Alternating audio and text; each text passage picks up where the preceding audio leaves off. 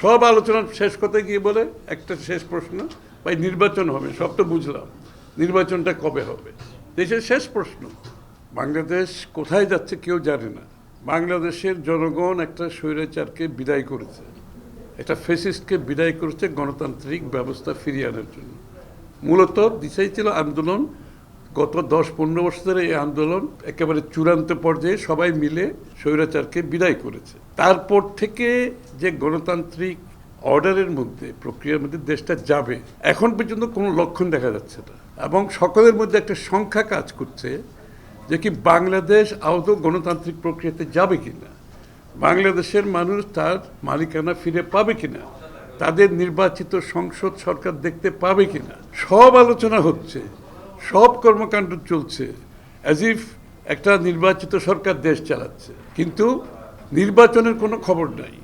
গণতান্ত্রিক প্রক্রিয়ার মধ্যে যাওয়ার যে বিষয়গুলো, তার কোনো খবর আমরা দেখতে পাচ্ছি না। এই যে আপনার সংস্কারের নামে যে একটা ধোয়া তুলে একটা কমিশন করা হয়েছে, তারপরে আমরা সবাই মিলে কিন্তু আমাদের প্রপোজাল দিয়েছি, সংস্কারের প্রপোজাল আমাদের প্রস্তাব দেওয়া হয়েছে এবং বলা হচ্ছে ঐক্যমতের পরিপ্রেক্ষিতে হবে। তো ঐক্যমতটা কোথায় হচ্ছে এটাও তো আজ পর্যন্ত বলা হচ্ছে না। এই মুহূর্ত পর্যন্ত কোথায় হচ্ছে? যেখানে ঐক্যমত হওয়ার কথা ওরাও বলছে, আমরাও বলছি, সবাই বলছে, তো যে কয়টা ঐক্যমত হয়েছে এই কয়টা ঐক্যমতের পরিপ্রেক্ষিতে সমাধান করে নির্বাচনী রোডম্যাপ দিতে সমস্যাটা কোন জায়গায়, কেন দেওয়া হচ্ছে না? সব আলোচনা হচ্ছে, চিটাগং পোর্ট দিয়ে দেওয়ার আলোচনা হচ্ছে, ওখানে করিডোর দেওয়ার আলোচনা হচ্ছে, ওদেরকে বিনিয়োগ সম্মেলন করা হচ্ছে। এটা তো তাদের কোনোটাই তাদের কাজ না। এটা তাদেরকে আমরা বলে আসছি ওখানে, এটা একটা ইন্টেরিয়াম সিচুয়েশন, এটা অন্তর্বর্তীকালীন একটা সিচুয়েশন, এটা একটা ট্রানজিশন গভর্নমেন্ট, এটা একটা স্টপ গ্যাপ গভর্নমেন্ট, যাদের মূল দায়িত্ব ছিল গণতন্ত্রের পথে দেশকে ফিরিয়ে দেওয়ার জন্য সমস্ত ব্যবস্থার মাধ্যমে, নির্বাচনের মাধ্যমে একটি গণতান্ত্রিক সরকারকে তাদের শান্তিপূর্ণভাবে ক্ষমতা হস্তান্তর করে। তার কোনো লক্ষণ দেখতে পাচ্ছি না আমরা এখানে, এবং সেটাই হচ্ছে সংখ্যার বিষয়। জাতি সংখ্যার মধ্যে পড়ে গেছে এবং এই সংখ্যা যত দিন যাবে এটা বাড়তে থাকবে, অস্থিরতা বাড়তে থাকবে, দেশকে একটি বড় ধরনের বিপদের দিকে ঠেলে দেওয়া হবে। আমরা পরিষ্কারভাবে লিখিতভাবে বলেছি, তাও প্রায় 2 মাস আগে লিখিতভাবে বলেছি আওয়ামী লীগের বন্ধের বিষয়টা আইনি প্রক্রিয়ার মাধ্যমে হলে সঠিক হবে। তো সেটাই তো হলো এতদিন, তাই না? এতদিন পরে সেটাই হলো, কিন্তু সেটার জন্য যে ড্রামা করার তো দরকার ছিল না, যে প্রধান উপদেষ্টার বাসা ঘেরাও করা, অফিস ঘেরাও করা, তারপরে শাহবাগ রাস্তাঘাট বন্ধ করে দেওয়া, এই যে ড্রামার মাধ্যমে এটা কেন করতে হবে? এটা তো আমরা লিখিত দিয়েছি, তো এইটাই যেটা আমরা দিয়েছি ওইটাই তো হলো। তো ওইটা তো তখন ডেকে সবাইকে মিলে এই কাজটা তখনও তো করা যেত।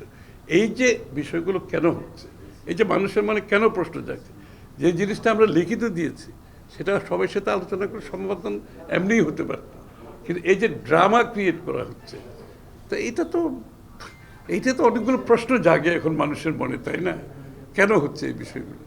আমার তো কোনো সমস্যা কি কথা আমরা বলছি না, আমি বলছি এই ধরনের এগুলো অনেক বড় সিদ্ধান্ত, এগুলো রাজনীতিক, এটা অনেকটা রাজনৈতিক সিদ্ধান্ত বললে ভুল হবে না। কারণ আপনি যেই সমস্ত এই ধরনের সিদ্ধান্ত নিতে গেলে আপনি জনসমর্থনের মাধ্যমে নিতে হবে, তাই না? এখানে সরকার, এখানে জনগণ, মাঝখানে কোনো ব্রিজ নেই। আপনি তো এই ধরনের সিদ্ধান্ত তাড়াহুড়ো করে নেওয়ার পিছনে প্রশ্নটা উঠছে কেন, যে কয়দিন পর একটা নির্বাচন হতে যাচ্ছে, তাইলে এখন আমাকে এই মুহূর্তে এই কয়েক মাস আগে এই সিদ্ধান্তটা নেওয়ার জন্য তাড়াহুড়ো করার দরকার নেই। আর এগুলো তো রাজনৈতিক সিদ্ধান্ত বলতে গেলে, এবং একটা রাজনৈতিক সরকার যেখানে আসবে তারা তো এই সিদ্ধান্ত তাদেরকে নিতে হবে, রাজনৈতিক প্রক্রিয়ার মাধ্যমে এটা সিদ্ধান্ত হতে হবে। এটা তো আমি একটা কথা বলে দিলাম আর হয়ে গেলে এরকম তো কিছু না, এটা ভালো মন্দর কথাও আসছে না তো, এটা পলিটিক্যাল একটা ডিসিশন, এটা অনেক বড় একটা ডিসিশন, এবং এটার জন্য তো আমাকে এখানেও তো একটা রাজনৈতিকভাবে আমাকে কি বলে একটা ঐক্যমতের বিষয় আছে। তো এখানে অনেক এইগুলোর সাথে অনেক কিছু জড়িত আছে, এটা খালি তো একটা বিনিয়োগের ব্যাপার না, এটার সাথে অনেক কিছু জড়িত আছে, আমি বিস্তারিত এখন বলছি না। এবং সুতরাং এইখানে এটা রাজনৈতিক সিদ্ধান্ত নিতে গেলে একটা রাজনৈতিক সরকার রাজনৈতিকভাবে আলাপ আলোচনার মাধ্যমে একটা জায়গায় আসতে হবে সেই সিদ্ধান্তটা নেওয়ার জন্য। এবং আমার কথা হচ্ছে যে কাজটা তাদের করা দরকার সেই কাজটা করছে না কেন? তাদের যেটা করা দরকার ইমিডিয়েটলি একটি রোড নির্বাচনী রোডম্যাপ দিয়ে সেদিকে যাওয়া, সেদিকে তাদের সময়টা দেওয়া উচিত, তাদের সব কিছু সেখানে ফোকাস থাকা উচিত। সেটা বাদে আর সব কিছু করতেছে, প্রশ্নটা এইখানেও তো আসছে, সেটা বাদে আর সব কিছু করতেছে, তো সব কিছুর দায়িত্ব তাদেরকে কে দিল? এটাও তো একটা প্রশ্ন। এবং এটা আমরা বারে বলছি ইমিডিয়েটলি তাদের ইমিডিয়েট দায়িত্ব হচ্ছে একটা রাজনৈতিক রোড, একটা নির্বাচনী রোডম্যাপ দিয়ে সেদিকে যাও এবং দেশে একটা গণতান্ত্রিক অর্ডার ফিরিয়ে আনা, একটা শান্তিপূর্ণভাবে ক্ষমতা হস্তান্তর করে বাংলাদেশের মানুষের মালিকেরা তাদেরকে ফিরিয়ে দেওয়া, একটা ডেমোক্রেটিক অর্ডার ফিরিয়ে আনা বাংলাদেশে, যেটার জন্য এত মানুষ এত ত্যাগ স্বীকার করেছে। যারা জনগণের কাছে দায়বদ্ধ থাকবে, জবাব দিয়ে থাকবে, এরকম সংসদ থাকতে হবে, সরকার থাকতে হবে। এবং দায়বদ্ধতা এখানে অত্যন্ত গুরুত্বপূর্ণ, জবাবদিহিতা এখানে অত্যন্ত গুরুত্বপূর্ণ বিষয়। সুতরাং একটা নির্বাচিত সরকার ব্যতীত এটা সম্ভব নয়। আর সবাই তো অপেক্ষা করছে, কোনো সিদ্ধান্তহীনতায় সবাই ভুগছে। সবাই বলছে নির্বাচন করবে, তারপর সিদ্ধান্ত নেবে।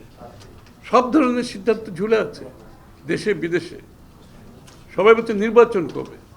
সব আলোচনার শেষ কথায় গিয়ে বলে একটা শেষ প্রশ্ন, ভাই নির্বাচন হবে, সব তো বুঝলাম, নির্বাচনটা কবে হবে? দেশের শেষ প্রশ্ন।